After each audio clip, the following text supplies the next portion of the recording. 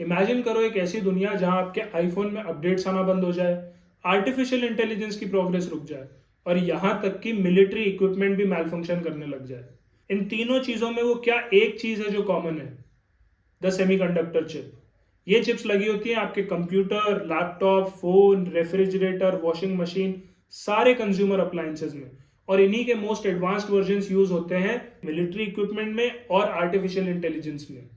और पिछले 70 सालों में ये चिप्स छोटी और छोटी और छोटी होती गई हैं। और ये चिप्स प्रिंट कैसे करी जाती हैं? इंक या पेन का यूज करके नहीं, लाइट से। और पूरी दुनिया में सिर्फ एक कंपनी है जो वो मशीन्स बनाती है जो चिप्स को प्रिंट कर सके लाइट से। उस कंपनी का नाम है ASML, advance semiconductor materials lithography. और ये बेस्ड है नेदरलैंड्स की एक छोटी सी म्युनिसिपैलिटी में जिसका नाम है वेल्डोवन। ASML की इंपॉर्टेंस इतनी ज्यादा है कि कल को उनकी फैक्ट्री बंद हो जाए या किसी तरह ASML गायब हो जाए दुनिया से, तो सारा डिजिटल वर्ल्ड वहीं के वहीं रुक जाएगा। पर एक ऐसी कंपनी जिसके बारे में आपने कभी सुना भी नहीं होगा, उसने इतनी फंडामेंटल टेक्नोलॉजी पे मोनोपोली कैसे गेन कर ली? और मोर इम्पोर्टेंटली, वो कंपनी USA, रशिया या चाइना जैसे देश में ना होके नेदरलैंड्स के एक छोटी सी म्युनिसिपैलिटी में क्या कर रही है? और जब हम कहते हैं कि ये चिप्स प्रिंट करी जाती हैं लाइट से, तो व्हाट डज दैट मीन? ये सब समझने के लिए हमें जाना पड़ेगा बैक इन टाइम टू 1947। जब इंडिया अपनी इंडिपेंडेंस सेलिब्रेट कर रहा था फ्रॉम ब्रिटिश रूल, तो USA में 3 young scientists, William Shockley, Walter Brattain और जॉन बार्डीन, अपने ही कुछ एक्सपेरिमेंट्स रन कर रहे थे एक कंपनी में जिसका नाम था बेल लैब्स। इन एक्सपेरिमेंट्स के बाद उन्होंने इन्वेंट किया ट्रांजिस्टर, जो कि 20th सेंचुरी का सबसे बड़ा इन्वेंशन बोला जा सकता है। अब ये ट्रांजिस्टर होता क्या है? आप ट्रांजिस्टर को एक स्विच की तरह मान सकते हैं, जो कि जब ऑन होता है तो हम उसको कोड करते हैं एज 1 और जब ऑफ होता है तो हम उसको कोड करते हैं 0। अब आप एक 1 और एक 0 के साथ बहुत ज्यादा कुछ नहीं कर सकते। और ये जिन लोगों ने ट्रांजिस्टर इन्वेंट किया उनको भी पता था। उनको पता था कि ये इन्वेंशन एक पहला स्टेप ही है। अगला स्टेप है ट्रांजिस्टर्स मैन्युफैक्चर करना हजारों लाखों की तादाद में, जो कि एक रिलायबल वे में काम करे। अब आप एक 1 या 0 से बहुत ज्यादा कुछ नहीं कर सकते, पर अगर आपके पास 10 1s एंड 0s हो तो 10 1s एंड 0s से आप 1000 से भी ऊपर यूनिक कॉम्बिनेशंस बना सकते हो, 1024 टू बी एग्जैक्ट। अगर आपके पास 20 1s एंड 0s हो तो 20 1s एंड 0s से आप 10 लाख से भी ऊपर यूनिक कॉम्बिनेशंस बना सकते हो। और अगर 30 हो तो उससे आप 100 करोड़ से भी ऊपर यूनिक कॉम्बिनेशंस बना सकते हो। फॉर रेफरेंस, जो अभी iPhone 16 चल रहा है उसकी चिप में 2000 करोड़ 1s एंड 0s है, 2000 करोड़ ट्रांजिस्टर्स। कोई भी character, text, emoji, audio, video, कोई इफेक्ट, कोई ऐप, जो भी आपके फोन में चल रहा है वो सब fundamentally in 1s and 0s के कॉम्बिनेशन से ही चल रहे हैं। पर हम ये एक ट्रांजिस्टर इन्वेंट करने से 2000 करोड़ ट्रांजिस्टर, वो भी इतने छोटे कि एक आईफोन के अंदर फिट हो सके, यहां तक कैसे पहुंचे? सिर्फ एक मेजर इन्वेंशन से। ट्रांजिस्टर के इन्वेंशन के 10 साल बाद 1957 में जे लेथरॉप काम कर रहे थे एज एन इंजीनियर एक सेमीकंडक्टर कंपनी में जिसका नाम था टेक्सास इंस्ट्रूमेंट्स। और जे लेथरॉप यही फिगर आउट करने में लगे हुए थे कि ट्रांजिस्टर को और छोटा कैसे बनाया जाए। एक दोपहर जे लेथरॉप एक ट्रांजिस्टर को देख रहे थे थ्रू अ माइक्रोस्कोप और उनको एक आइडिया आया। एक माइक्रोस्कोप एक छोटी चीज को लेके और बड़ा करके दिखाता है, तो अगर हम माइक्रोस्कोप को उल्टा कर दें तो क्या वो एक बड़ी चीज को छोटा करके दिखाएगा? उस टाइम एक कैमरा कंपनी हुआ करती थी जिसका नाम था कोडक, और वो बेचते थे फोटोरेजिस्ट केमिकल्स। फोटोरेजिस्ट केमिकल्स वो केमिकल्स होते हैं जिन पे अगर लाइट पड़े तो वो गायब हो जाते हैं। तो जे लेथरॉप ने कोडक से खरीदे ये फोटोरेजिस्ट केमिकल्स, एक माइक्रोस्कोप को उल्टा किया और एक जर्मेनियम का ब्लॉक रखा बॉटम पे। जर्मेनियम उस टाइम यूज होता था ट्रांजिस्टर्स बनाने के लिए, और उस जर्मेनियम ब्लॉक पे फोटोरेजिस्ट केमिकल लगा दिया। उसके बाद उन्होंने माइक्रोस्कोप के ऊपर एक मास्क रखा जिसमें एक कटआउट था रेक्टेंगुलर शेप का, ताकि लाइट उस रेक्टेंगुलर शेप से ही पास हो पाए। अब क्योंकि माइक्रोस्कोप उल्टा था, बड़ी लाइट एंटर करी माइक्रोस्कोप से थ्रू रेक्टेंगुलर शेप, वो लाइट मिनिएचराइज हो गई और जाके हिट करी जर्मेनियम को, और जहां पे वो हिट करी लाइट, वहां पे जो फोटोरेजिस्ट केमिकल्स थे वो गायब हो गए। जब माइक्रोस्कोप हटा के जे लेथरॉप ने देखा, एक बहुत ही मिनिएचर और बहुत ही एक्यूरेट रेक्टेंगुलर शेप बन गया था जर्मेनियम पे। जे लेथरॉप ने इस प्रोसेस को फोटोलिथोग्राफी का नाम दिया। क्यों? क्योंकि फोटो का मतलब होता है लाइट, लिथ का मतलब होता है स्टोन, और ग्राफी का मतलब होता है राइटिंग और ड्राइंग। तो फोटोलिथोग्राफी का फुल मीनिंग हुआ राइटिंग और drawing on stone with light, except यहाँ पे स्टोन की जगह जर्मेनियम यूज हुआ था। और इस प्रोसेस के थ्रू जे लेथरॉप ने ट्रांजिस्टर्स बनाए 3 मिलीमीटर से भी छोटे, जो कि उस टाइम इंडस्ट्री स्टैंडर्ड्स के कंपैरिजन में बहुत छोटे हुआ करते थे। उस टाइम ट्रांजिस्टर 1 सेंटीमीटर के आसपास बनाए जाते थे। इसके बाद ट्रांजिस्टर इंडस्ट्री में और भी डेवलपमेंट्स हुए। लोगों ने जर्मेनियम से सिलिकॉन पे शिफ्ट कर दिया, क्योंकि सिलिकॉन मच बेटर सेमीकंडक्टर था for the uses of transistor. उसके थोड़े ही टाइम बाद इन्वेंट हो गया इंटीग्रेटेड सर्किट। पहले इंडिविजुअल ट्रांजिस्टर यूज हुआ करते थे जो वायर से कनेक्टेड थे। उसके बाद इंटीग्रेटेड सर्किट डेवलप हुआ, जिसपे एक ही ब्लॉक पे मल्टीपल ट्रांजिस्टर्स कनेक्टेड होते हैं बाय प्रिंटेड वायर्स, जिसको आज हम चिप कहते हैं। इन डेवलपमेंट्स के बाद mainly photolithography, shift to silicon और इंटीग्रेटेड सर्किट या चिप से सेमीकंडक्टर इंडस्ट्री रेडी हो गई थी to go to the next level, जहां पे अब ये ट्रांजिस्टर्स और चिप्स यूज किए जा सकते थे for real world applications. Early 1960s में सेमीकंडक्टर कंपनीज की सारी ग्रोथ का कारण था यूएसए के मिलिट्री और स्पेस प्रोग्राम्स। यूएसए का मिनिटमैन मिसाइल प्रोग्राम और अपोलो स्पेस प्रोग्राम कंज्यूम कर रहे थे 90 to 95% of chip production across all companies in USA. और इसका एक इंपॉर्टेंट कारण था, initially research and development costs in transistors और चिप्स को छोटा बनाने के लिए बहुत हाई थे, और ये कॉस्ट्स कंज्यूमर्स एब्जॉर्ब नहीं कर सकते थे। ये कॉस्ट सिर्फ मिलिट्री और स्पेस प्रोग्राम्स के जो लार्ज बजट्स थे वही एब्जॉर्ब कर सकते थे। पर टेक्नोलॉजिकल इनोवेशन और मैन्युफैक्चरिंग इंप्रूवमेंट्स दोनों ही बहुत फास्ट पेस पे चल रहे थे चिप इंडस्ट्री में। 1965 में गॉर्डन मूर, जो कि उस टाइम एक इंडस्ट्री एक्सपर्ट थे, उन्होंने प्रेडिक्ट किया था कि अगले 10 साल तक हर साल जो सेमीकंडक्टर चिप्स हैं उनमें नंबर ऑफ ट्रांजिस्टर्स डबल होते जाएंगे, जिससे कंप्यूटिंग पावर तो बढ़ेगी ही पर कॉस्ट्स भी डाउन आते जाएंगे। इस प्रिडिक्शन को बाद में लोगों ने नाम दे दिया मूर्स लॉ, और ये 20th सेंचुरी का सबसे बड़ा टेक्नोलॉजिकल प्रिडिक्शन है, क्योंकि ये आज भी ट्रू है। 1965 में गॉर्डन मूर ने प्रेडिक्ट किया था, आज 2025 चल रहा है। पिछले 60 सालों में हर 2 साल में सेमीकंडक्टर चिप्स पे नंबर ऑफ ट्रांजिस्टर्स डबल हुए हैं, और इसमें फोटोलिथोग्राफी का बहुत बड़ा रोल रहा है, क्योंकि फोटोलिथोग्राफी टेक्नोलॉजी जैसे जैसे इंप्रूव हुई वैसे वैसे हम छोटे छोटे ट्रांजिस्टर्स प्रिंट कर पाए। टेक्नोलॉजिकल प्रोग्रेस इतनी फास्ट थी कि बहुत ही जल्दी कंज्यूमर मार्केट में भी सेमीकंडक्टर चिप्स बिकने लग गई। इनके फर्स्ट फ्यू यूज केसेस थे हियरिंग एड्स में, कैलकुलेटर्स में, और बाय 1968 कंज्यूमर मार्केट उतनी ही सेमीकंडक्टर चिप्स खरीद रहा था जितना military market, 50-50। By 1970 semiconductor market $1 billion की वैल्यू क्रॉस कर गया, और इस पूरे मार्केट में यूएसए एक अनडिस्प्यूटेड लीडर था पूरे वर्ल्ड में। पर यूएसए को ये नहीं पता था कि बहुत ही जल्दी उसका ये मार्केट डोमिनेशन खत्म होने वाला है।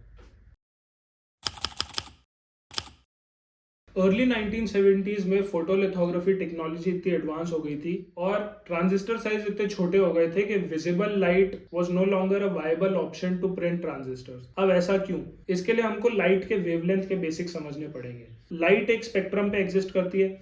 विजिबल लाइट की वेवलेंथ सबसे चौड़ी होती है, और जैसे जैसे हम अल्ट्रावायलेट लाइट की तरफ बढ़ते हैं वैसे वैसे लाइट की वेवलेंथ छोटी होती जाती है। अगर हम समझ रहे हैं कि हम लाइट से कुछ प्रिंट कर रहे हैं, तो लाइट की वेवलेंथ को हम पेन की निब की तरह मान सकते हैं कि जितनी ज्यादा लाइट की वेवलेंथ उतनी चौड़ी पेन की निब, देयरफॉर उतने ही कम फाइनर फीचर्स हम उससे ड्रॉ कर सकते हैं। और जैसे जैसे हम अल्ट्रावायलेट लाइट की तरफ बढ़ते हैं वैसे वैसे पेन की निब या लाइट की वेवलेंथ पतली होती जाती है, तो हम उससे उतने ही ज्यादा फाइनर और डिटेल्ड चीजें ड्रॉ कर सकते हैं, उतने ही छोटे ट्रांजिस्टर बना सकते हैं।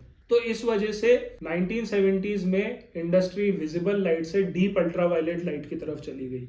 At the same time semiconductor chips use करने वाले बहुत सारे नए प्रोडक्ट्स आ रहे थे कंज्यूमर मार्केट में। Pocket calculators, digital watches, arcade games और सबसे important personal computers. Consumer market में यूएसए ने बहुत स्ट्रॉन्ग कंपटीशन फेस किया जापानीज कंपनी से। ये कंपनीज यूएसए से बेटर प्रोडक्ट्स और बेटर क्वांटिटीज में सेमीकंडक्टर चिप्स बना रहे थे। साथ ही साथ जापानीज टूल मेकर जैसे निकॉन और कैनन, जिनको आप एज कैमरा कंपनीज जानते हैं, पर कैमरा में क्या यूज होता है? लेंसेज। फोटोलिथोग्राफी में क्या यूज होता है? लेंसेज, ताकि बड़ी लाइट को छोटा किया जा सके। तो निकॉन और कैनन मार्केट लीडर्स बन गए लिथोग्राफी इक्विपमेंट के। ये यूएस लिथोग्राफी कंपनीज को टक्कर ही नहीं दे रहे थे, बट उनको बीट भी कर रहे थे।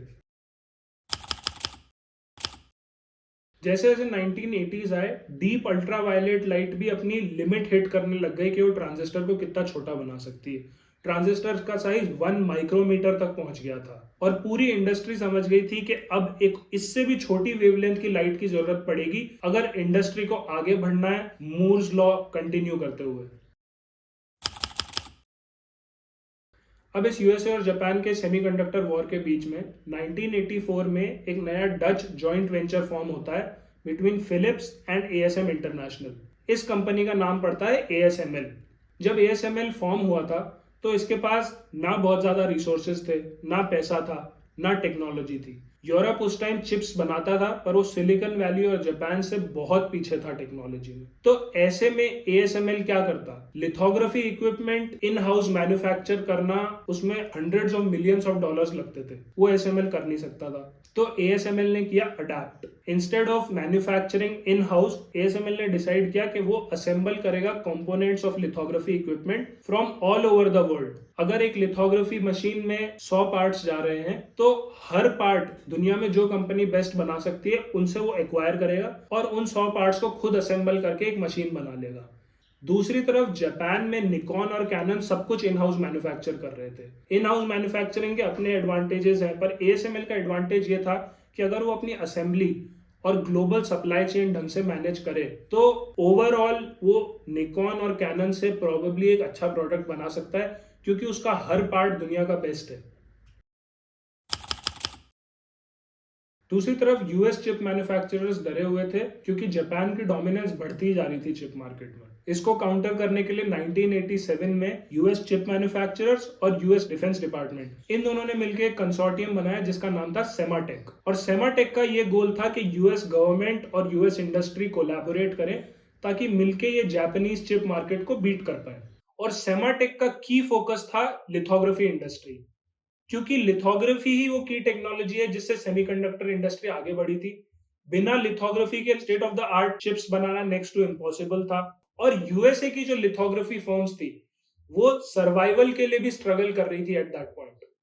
उस टाइम यूएसए की सबसे बड़ी लिथोग्राफी कंपनी थी जीसीए और सेमाटेक ने अपनी सारी होप्स डाल दी जीसीए के ऊपर। सेमाटेक ने जीसीए को फंडिंग दी to make the most advance lithography equipment for its time, और जीसीए ने डिलीवर भी किया, उसने बेटर प्रोडक्ट्स बनाए। But by this point of time जो लिथोग्राफी इक्विपमेंट परचेजर्स थे वो ऑलरेडी कंफर्टेबल हो गए थे जापान के निकॉन और कैनन के साथ और नीदरलैंड्स के एएसएमएल के साथ। और लिथोग्राफी इक्विपमेंट बायर्स को पता था कि जीसीए अभी लड़खड़ा रही है और कल को अगर जीसीए बंद हो गई तो जो लिथोग्राफी इक्विपमेंट उन्होंने खरीदा है उसको मैनेज कौन करेगा, उसकी सर्विसिंग कौन करेगा, उसके लिए वो कहां जाएंगे। तो in the end after all efforts by US industry and government, GCA को लॉसेज ही होते रहे और बाय 1993 जीसीए बंद करना पड़ा और यूएस इंडस्ट्री कंप्लीटली रिलायंट हो गई फॉरेन मैन्युफैक्चरर्स के ऊपर for lithography equipment. Early 1990s में पूरी सेमीकंडक्टर इंडस्ट्री को पता था कि डीप अल्ट्रावायलेट लाइट अपनी लिमिट हिट कर चुकी है और अगर अब इससे छोटी चिप्स और छोटे ट्रांजिस्टर्स बनाने हैं तो एक नई टेक्नोलॉजी की जरूरत पड़ेगी। इंटेल, जो उस टाइम यूएसए का मार्केट लीडर था, वो टारगेट करना चाहता था एक्सट्रीम अल्ट्रावायलेट लाइट, जो कि है ईयूवी। इंटेल के प्लान में सिर्फ एक ही प्रॉब्लम थी। 1990s में ज्यादातर लोगों को लगता था कि एक्सट्रीम अल्ट्रावायलेट लाइट मास प्रोड्यूस करना इम्पॉसिबल है, पर इंटेल के पास चॉइस भी क्या थी, या तो ईयूवी टेक्नोलॉजी काम करेगी या फिर सेमीकंडक्टर इंडस्ट्री जिसमें इंटेल मार्केट लीडर था वो मूव फॉरवर्ड करना बंद कर देगी। इस वजह से इंटेल ने $200 मिलियन का चेक काट दिया for development of EUV technology. Intel का खुद का कोई इंटेंशन नहीं था लिथोग्राफी इंडस्ट्री में घुसने का। इंटेल को बस ये गारंटी करना था कि दुनिया में एटलीस्ट एक फर्म हो जो ईयूवी लिथोग्राफी डेवलप कर पाए, ताकि इंटेल वो काम कर पाए जो इंटेल का काम है, to make smaller, faster, better semiconductor chips. पर इस सब के बीच में $1 बिलियन क्वेश्चन ये था कि कौन सी लिथोग्राफी कंपनी डेवलप करेगी ईयूवी टेक्नोलॉजी। यूएस की कुछ नेशनल रिसर्च लैब्स में रिसर्चर्स ने ऑलरेडी कुछ टेक्नोलॉजिकल ब्रेक थ्रूज कर लिए थे टू डेवलप ईयूवी टेक्नोलॉजी। अब अगर यूएस इंडस्ट्री या यूएस गवर्नमेंट को कोई लिथोग्राफी कंपनी चूज करनी थी जो कमर्शियली डेवलप करे ईयूवी टेक्नोलॉजी और उसको डिप्लॉय करे मास स्केल पे, तो उसके लिए जो यूएस के नेशनल लैब्स के सीक्रेट्स हैं वो शेयर करने पड़ते हैं उस कंपनी के साथ, और उस कंपनी के साथ मतलब उस कंट्री के साथ भी जिस कंट्री में वो कंपनी है। ये आइडिया यूएस गवर्नमेंट को बिल्कुल अच्छा नहीं लगा, और स्पेशली यूएस गवर्नमेंट अपने सीक्रेट्स जापान गवर्नमेंट के साथ तो शेयर नहीं करना चाहती थी। तो निकॉन और कैनन ये दोनों ऑटोमेटिकली आउट हो गए। बची सिर्फ एक कंपनी जो मेजर लिथोग्राफी इक्विपमेंट में डील करती थी, वो थी ASML। अब from the perspective of US industry and US government, ASML के कुछ डिस्टिंक्ट एडवांटेजेस थे। वन, ASML का assembly model, unlike Nikon and Canon जो सब कुछ इन हाउस मैन्युफैक्चर करते थे, ASML एक असेंबली वाली कंपनी थी। वो सारे इंपॉर्टेंट पार्ट्स इंपोर्ट करती थी फ्रॉम अदर कंपनीज और उनको असेंबल करके बनाती थी अपनी लिथोग्राफी मशीन्स। अब ये बिजनेस मॉडल लिथोग्राफी के लिए बेटर सूटेड था, क्योंकि जैसे जैसे टाइम प्रोग्रेस कर रहा था लिथोग्राफी और कॉम्प्लेक्स होती जा रही थी, और सिर्फ एक कंपनी के लिए एक लिथोग्राफी मशीन के सारे कंपोनेंट्स बनाना और मुश्किल होता जा रहा था। तो ASML का जो बिजनेस मॉडल था उसमें ASML बाकी कंपनीज से बेटर इक्विपमेंट बना सकता था बाय असेंबलिंग कंपोनेंट्स, और ASML के खुद के कोई रिसर्च एंड डेवलपमेंट कॉस्ट भी नहीं थे, क्योंकि वो कंपोनेंट्स की रिसर्च एंड डेवलपमेंट दूसरी कंपनीज कर रही थी। वहीं यूएसए जहां जापान को एक कंपेटिटर और एक थ्रेट की तरह देखता था, वहीं 1990s में नेदरलैंड्स एक न्यूट्रल टेरिटरी मानी जाती थी जिस पर यूएसए रिलाय कर सकता है एज अ सपोर्टर। इन रीजंस की वजह से यूएस इंडस्ट्री और यूएस गवर्नमेंट दोनों ने डिसाइड किया to back ASML for EUV technology development. अब क्योंकि यूएस नेशनल लैब्स के सीक्रेट सिर्फ ASML के साथ शेयर किए गए थे, तो निकॉन और कैनन पीछे रह गया था इन डेवलपिंग EUV टेक्नोलॉजी, और इवेंचुअली निकॉन और कैनन दोनों ने डिसाइड किया कि हम EUV टेक्नोलॉजी के पीछे जाएंगे ही नहीं। तो अब नेक्स्ट जनरेशन EUV टेक्नोलॉजी ना तो यूएसए में डेवलप होगी ना जापान में डेवलप होगी, वो डेवलप होगी नेदरलैंड्स में। और अगर ASML सक्सेसफुल होता है टू डेवलप EUV टेक्नोलॉजी, तो it will have a monopoly on the world's most important technology. पर मोनोपोली तो तब होगी ना जब टेक्नोलॉजी डेवलप होगी, और जब 1990s में ASML के ऊपर ये टास्क आया टू डेवलप EUV टेक्नोलॉजी, तो इसने बहुत सारे ऑब्स्टेकल्स फेस किए जो ऑलमोस्ट इम्पॉसिबल थे टू रिजॉल्व, और जो सोल्यूशंस निकले इन ऑब्स्टेकल से वो भी उतने ही इंटरेस्टिंग है जितना टास्क इम्पॉसिबल था। अब जैसे कि EUV लाइट बनाए कैसे, इसका सोल्यूशन क्या है? इसका सोल्यूशन निकाला एक यूएसए बेस्ड कंपनी ने जिसका नाम था साइमर। इनका आइडियल सोल्यूशन ये था कि एक वैक्यूम चेंबर के अंदर छोटी छोटी टिन की बॉल्स शूट करेंगे एट 300 किलोमीटर पर आवर। फिर जब 300 किलोमीटर पर आवर पे वो टिन बॉल जा रही है तो उसके ऊपर 2 बार लेजर शूट करेंगे। पहली लेजर उसको थोड़ा गर्म कर देगी और दूसरी लेजर उसको ब्लास्ट कर देगी, और जब टिन ब्लास्ट होगा तो उस टिन का टेम्परेचर हो जाता है 5 lakh degree Celsius. For reference, जो सूरज की सरफेस का टेम्परेचर है वो 5000 डिग्री सेल्सियस है। फिर जब ये टिन ब्लास्ट होगा, उस ब्लास्ट में से EUV लाइट निकलती है, पर EUV लाइट हमको चाहिए सफिशिएंट क्वांटिटी में, और हर ब्लास्ट से EUV लाइट निकलती है थोड़ी सी। तो ये जो पूरा प्रोसेस है, टिन की बॉल जा रही है 300 किलोमीटर पर आवर पे, उसको 2 बार लेजर शूट कर रही है, उसका टेम्परेचर 5 लाख डिग्री सेल्सियस तक पहुंच रहा है, ये पूरा प्रोसेस 50,000 बार होता है पर सेकेंड, ताकि इनफ EUV लाइट मैन्युफैक्चर हो पाए जो चिप्स प्रिंट कर सके। अच्छा, और ऐसी लेजर भी हम कहां से लाएं जो टिन को शूट करे टू 5 लाख डिग्री सेल्सियस? ऐसी लेजर उस टाइम एग्जिस्ट नहीं करती थी। तो जर्मनी की एक और कंपनी ट्रम्फ ने ऐसी लेजर मैन्युफैक्चर करी। उस लेजर को बनाने में लगे 10 साल। अब जब साइमर और ट्रम्फ ने एक तरीका निकाल लिया टू ब्लास्ट टिन ताकि उससे EUV लाइट निकले, तो एक और प्रॉब्लम खड़ी होती है कि EUV लाइट हमने बना तो ली, पर अब उसको मैनिपुलेट भी तो करना है इस तरह से ताकि वो चिप्स प्रिंट कर पाए जैसा हम चाहते हैं। इस प्रॉब्लम को सॉल्व करने आई एक और जर्मन कंपनी जिसका नाम था जाइस। अब जाइस ऑलरेडी लिथोग्राफी इक्विपमेंट में जो लेंसेज वाला पार्ट होता है, ऑप्टिक्स एंड लेंसेज, उसमें एक ग्लोबल लीडर थी। पर जाइस को भी समझ नहीं आ रहा था कि EUV लाइट को रिफ्लेक्ट कैसे करें, क्योंकि EUV लाइट विजिबल लाइट से दूर और एक्सरे लाइट के पास होती है, और just like X ray, EUV light भी मिरर से रिफ्लेक्ट नहीं करती। ज्यादातर चीजें EUV लाइट को एब्जॉर्ब कर लेती हैं रिफ्लेक्ट करने की जगह। तो जाइस ने एक बहुत ही स्पेशल लेंस बनाया जिसमें 100 लेयर्स थी ऑल्टरनेटिंग ऑफ मोलिब्डेनम और सिलिकॉन, और हर लेयर 2 नैनोमीटर थिक थी। जब उन्होंने ये मिरर तैयार किया तो ये दुनिया का सबसे स्मूथ सरफेस था, इतना स्मूथ कि अगर जायस का एक ईयूवी रिफ्लेक्टिंग मिरर अगर हम स्केल अप कर दें to the size of Germany itself, तो जो सबसे बड़ी इरेगुलरिटी होगी उस पूरे सरफेस एरिया पे वो 1 मिलीमीटर से भी छोटी होगी।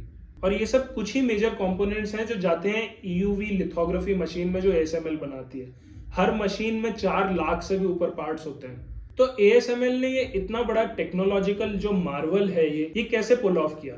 ऑब्वियसली एएसएमएल के पास अपने एडवांटेजेस थे, billions of dollars of funding थी, पूरी इंडस्ट्री एक्सपर्टीज का एक्सेस था, और यूएस नेशनल लैब्स में जो रिसर्चर्स काम कर रहे थे उनके ब्रेक थ्रूज भी इनके साथ शेयर किए गए थे। बट फिर भी एएसएमएल का सबसे बड़ा एडवांटेज एंड में था उनका बिजनेस मॉडल, क्योंकि एएसएमएल अपने ईयूवी लिथोग्राफी मशीन्स के कुछ 15 से 20% पार्ट्स ही मैन्युफैक्चर करता है, बाकी सब वो इंपोर्ट करता है दुनिया की हजारों स्पेशलाइज्ड कंपनीज से जो वो कंपोनेंट्स बनाती हैं। इसका फायदा ये है कि एएसएमएल को जो भी कंपोनेंट चाहिए अपने लिथोग्राफी सिस्टम्स के लिए, उस कंपोनेंट का वो बेस्ट वर्जन खरीद सकता है वर्ल्ड के फोरमोस्ट एक्सपर्ट कंपनी से। पर इसका मतलब ये नहीं है कि ये सब इजी है। एएसएमएल को थाउजेंड्स ऑफ सप्लायर के साथ कांटेक्ट रखना पड़ता है, और टू इंश्योर कि एएसएमएल को जिस स्पेसिफिकेशन की चीज चाहिए वो उनको मिले, उसके लिए उनको इन कंपनीज पे सर्वेलेंस भी रखनी पड़ती है। सर्वेलेंस का मतलब क्या? Simply incentives. जब एएसएमएल को किसी कंपनी का काम पसंद आता है तो वो पर्सनली इन्वेस्ट करता है उस कंपनी में। जैसे कि जाइस जो जर्मन कंपनी है जिसने वर्ल्ड के स्मूदेस्ट मिरर्स बनाए, उसमें एएसएमएल ने 2016 में $1 बिलियन का इन्वेस्टमेंट किया। और दूसरी तरफ आते हैं डिसइंसेंटिव्स। अगर कोई कंपनी एएसएमएल के साथ सही तरह से बिहेव नहीं कर रही, कोऑपरेट नहीं कर रही, तो एएसएमएल के सीईओ फेमस है कंपनीज को थ्रेटन करने के लिए कि if you don't cooperate we are going to buy you.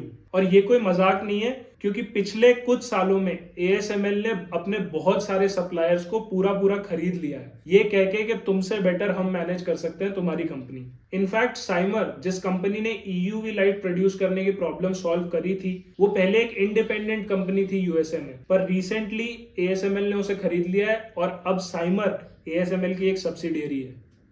इतनी मेहनत का रिजल्ट ये है कि आज एएसएमएल के पास एक ग्लोबल मोनोपोली है ऑन ईयूवी मशीन्स, और हर मशीन $100 मिलियन से ज्यादा की बिकती है। एएसएमएल के मेजरली 3 ही क्लाइंट्स हैं, Samsung, Intel and TSMC.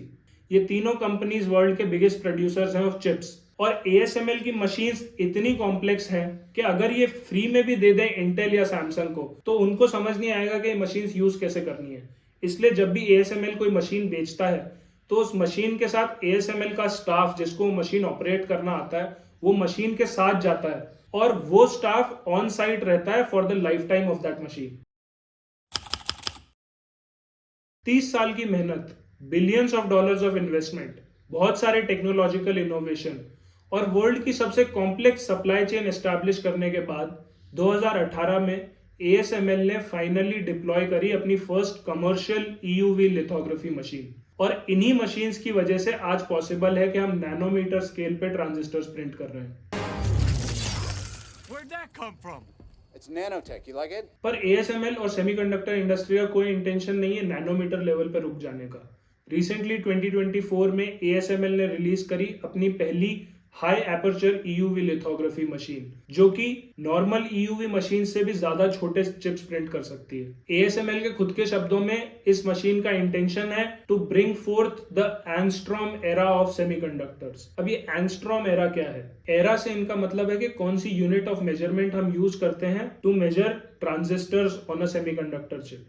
1940s में जब ट्रांजिस्टर का इन्वेंशन हुआ तो 1940s और 50s में ट्रांजिस्टर्स मिलीमीटर्स में मेजर किए जाते थे। फिर टेक्नोलॉजिकल इनोवेशन हुआ, ट्रांजिस्टर्स और छोटे हुए, चिप्स और छोटी हुई, तो 1960s और 70s में हम ट्रांजिस्टर्स मेजर करते थे माइक्रोमीटर्स में। और टेक्नोलॉजिकल इनोवेशन हुआ और ट्रांजिस्टर छोटे हुए, तो 1980s से लेके 2020s तक जहां पे हम आज हैं, ट्रांजिस्टर्स मेजर किए जाते हैं नैनोमीटर्स में। तो अभी हम in the nanometre era of semiconductor chips हैं। और अब एएसएमएल की हाई एपर्चर ईयूवी मशीन से पॉसिबल होगा कि 2030s आने तक हम प्रिंट कर पाएंगे transistors smaller than 1 nanometre on chips, और वो हो जाएगी the angstrom era of semiconductors, क्योंकि हमें अब एक नैनोमीटर से भी छोटा यूनिट एंगस्ट्रॉम यूज करना पड़ेगा to measure transistors.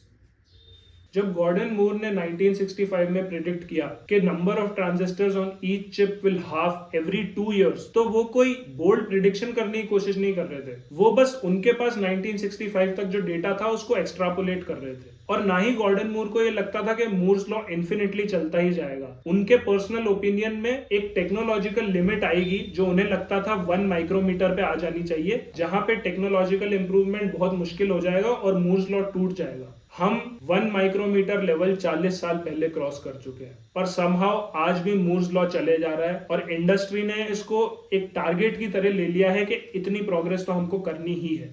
और गॉर्डन मूर ही नहीं, बहुत सारे इंडस्ट्री एक्सपर्ट्स पिछले 30 साल से बोल रहे हैं कि मूर्स लॉ अब टूटेगा, कि टेक्नोलॉजिकल सैचुरेशन आ चुका है, कॉस्ट हाई हो जाएंगे. पर every time the semiconductor industry hits a wall, they somehow find a way out. And Moore's law is still alive and well. That's it for today. अगर आपको ये वीडियो इंटरेस्टिंग लगा तो please consider hitting that subscribe button. That would mean a lot. Until next time. और इन्हीं chips के most advanced versions use होते हैं विलियम शॉकली, वॉल्टर ब्रटेन. अब आप 1, 1 और 0 उसी टाइम कोडक करके कैम्पेनी बाद में नोन हुआ एज अर्ली 1960s में इन चंपुम और बाकी सारी इंडस्ट्री भी इसी